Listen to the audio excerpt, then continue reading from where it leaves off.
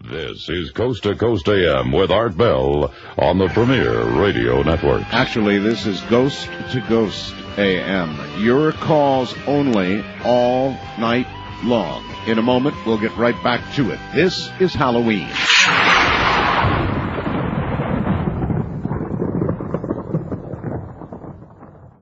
Go ahead. Turn the lights down and let's go. On my guest line, you're on the air. Ghost to Ghost AM. Hi. Hello there. Hello. Hello. Hi. What is your first name? Cindy. Cindy. And I live in Dallas, Texas. Dallas. Listening on Cliff. Okay. Well, I had emailed my story into you, and it's not that it's so scary, but I think it's a message from beyond, definitely. That'll do. Okay. Well, about 12 years ago, my father passed away unexpectedly. He had a heart attack, and so he wasn't able to say goodbye to my sister and myself. Mm-hmm. But what was interesting is that for 35 years he had worked for Oscar Mayer Company. Mm-hmm. And most of us know that that's the manufacturing plant where they make the different lunch meats, hot dogs, etc. I think hot dogs when you say hot. Exactly, yeah. Hot dogs. So when we were little children in the 60s, my dad would always bring home, and anyone who grew up in the Midwest would probably remember this, these little red weenie whistles. Of course. Are you familiar with those? Yes, of course, I remember. And they had them. the little holes, and you would blow, and you played a little musical song. Right. And on, like, hot dog packages, they have the little weenie mobile on, if you ever looked at the front of Oscar Mayer hot dog package. Well, anyway, so that was our family's joke growing up as kids. We always had these red weenie whistles in the 60s and 70s all over the house, and we'd play the little song, and that was just our little family thing. So fast forward to when my father passes away. And I called my sister, and I told my sister that my father had died. She lived in St. Louis. Mm-hmm. So she was driving up to Iowa to go to the funeral.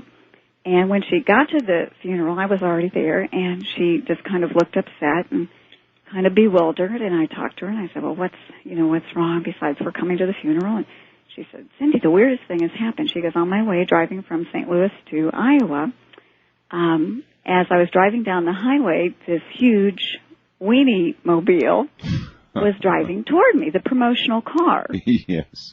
And she said, if that isn't a message from Dad, I don't know what is, because we didn't get to say goodbye to him.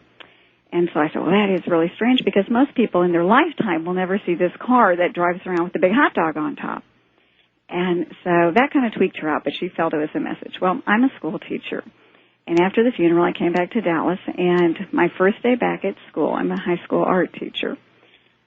One of my students was looking through a big box of old magazines for an idea for an art project. Mm-hmm. And this was my first day back from the funeral. Out of the blue, the student says to me, I don't know why, but I just found a picture in an old magazine of a weenie mobile.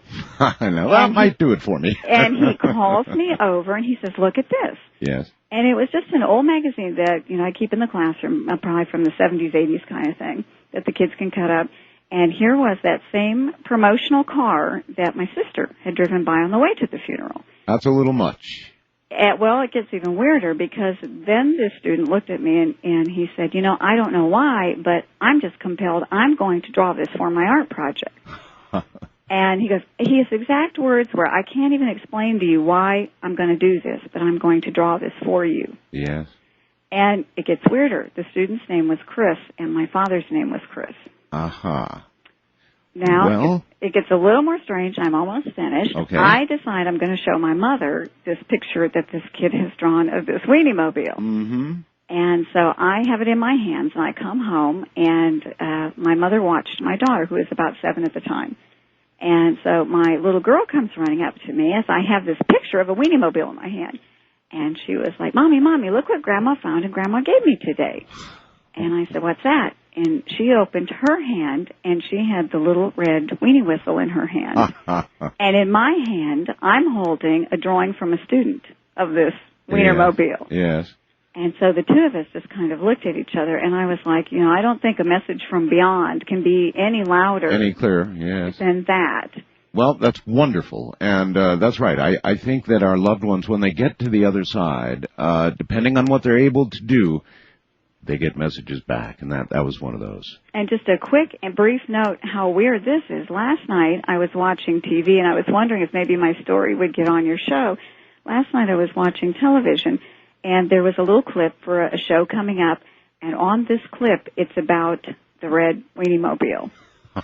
And when I saw it last night, I just knew. I said, I'll be on your show tonight telling the story. And so you have been. Thank you. Thank you very much. Right, take care. Well, there you have it. Well, yes, what would be, I mean, think about it for a second. Aside from the fact that you would realize you are dead, and that would be some very serious realization, I suppose, for you, what would you first want to do? And the answer is you'd want to get hold of your relatives, or at the very least send them some kind of message.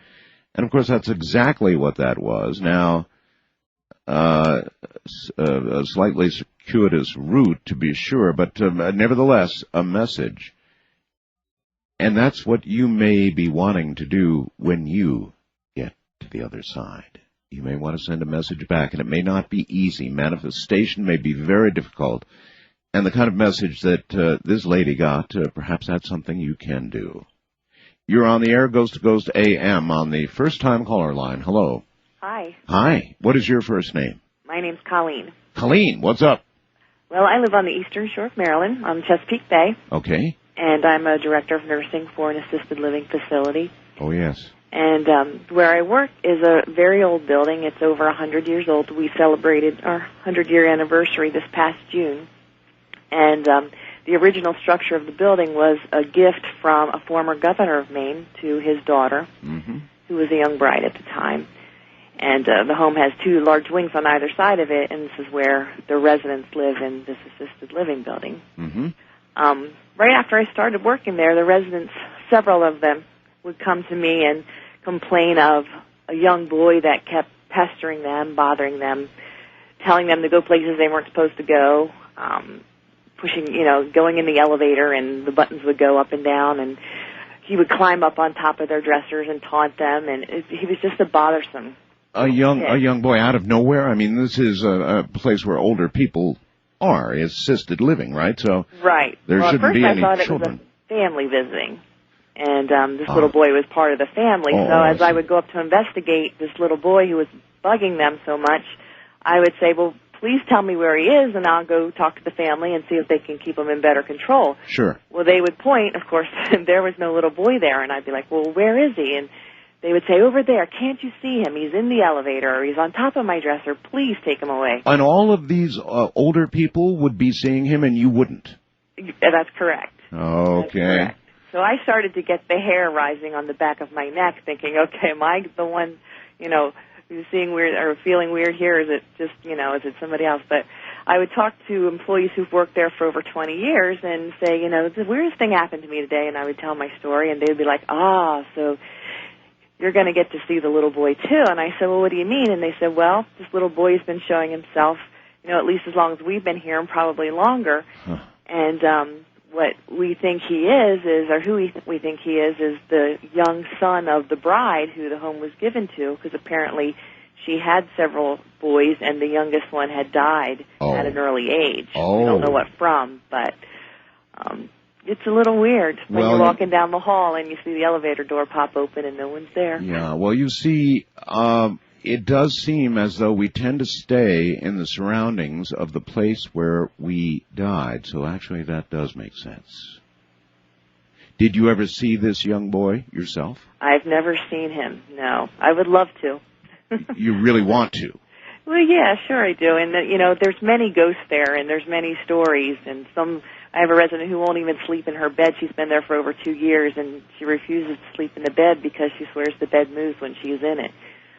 And to prove to her, that there was nothing wrong with the bed, I laid down in it, and I was like, okay, well, this is a normal bed. It doesn't move, but, it's the Alzheimer's patients mostly. And I often think, do they have some connection that we don't? Boy, they start losing a really good question. Thank you very, very much. That's a really good question.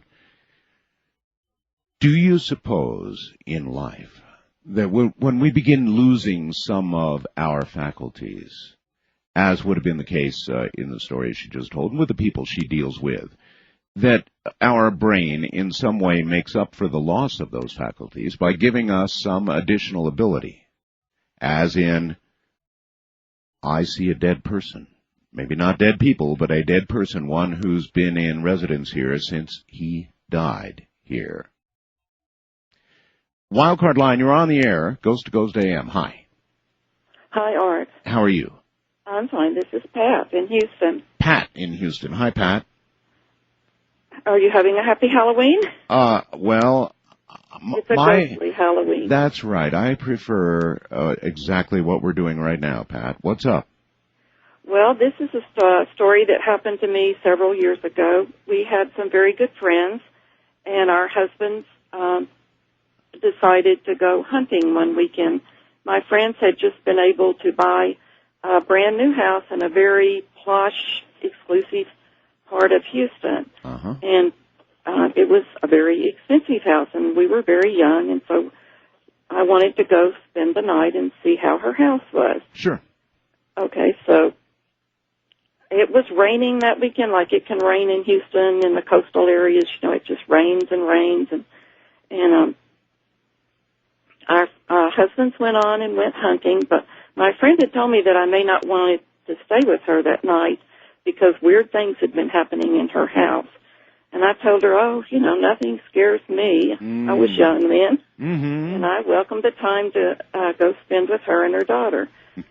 So we ate supper, and it got dark, and we went to bed. Well, their house was a long contemporary ranch-style house with one big bedroom on one end and the living room in the middle and the kitchen on the other end with an attached garage.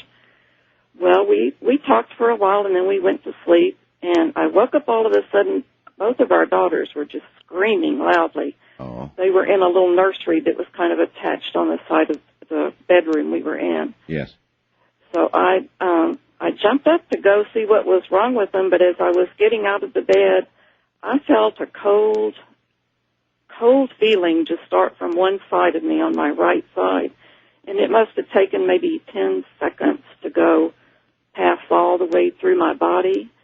It was the coldest that I've ever been in my life. It's just really hard to describe. And you could actually feel it moving across your body. It was like you were just, I don't know how to even explain it. You were just frozen. You just couldn't do anything except experience that really terrific coldness. You're doing fine. Yes. And so it left, and I got up to see what the girls were doing, and they were quiet by then. But as I was checking them, there was a terrible pounding on the living room front door. And so I started to go to the front door, and my friend started just sobbing, just saying, please don't go to the front door. Don't go, don't go. It won't do any good. And I was like, well, I'm going to go see who's at the door. Well, then the pounding kind of moved around to the garage door. You're like every lady who dies in any horror flick I've ever seen. Yeah, sure, let's go to the basement. Well, let's go open the door. See who's out there with the picture knife, right? That's right. That's right. So you go to the door, huh? Right. So I headed for the kitchen to go to the garage door because that's where the pounding was. Well, then the pounding stopped there, and I looked over to my right, and there were big patio doors looking out at their big backyard. And there was huge, just pounding, just frantic pounding, like the glass would almost break. Yeah. But when I looked, there was nobody there. So by this time, I was really kind of afraid, and my friend was going... Well, it's about time. Just come back, don't go. But I did. I called the police. I called 911 and got the police, and it was a very exclusive part of Houston, so they were there as fast as you could put the phone down almost. And I let them in to the house because they wanted to check it out. And my friend was going, oh, please, please, no one is here. Just won't do any good. She was hysterical by then. Yeah. So the police checked the doors, and they decided to walk around the perimeter of the house. Well, it had been raining so much. There were no footprints outside at all. Right. But they could hear the pounding on the garage door to the kitchen. So they came into the garage, to the kitchen, and tried to open the garage door. Yes. They could not even wedge that door open. My friends had not unpacked all their boxes, and the garage was just stuffed to the rafters with packing boxes.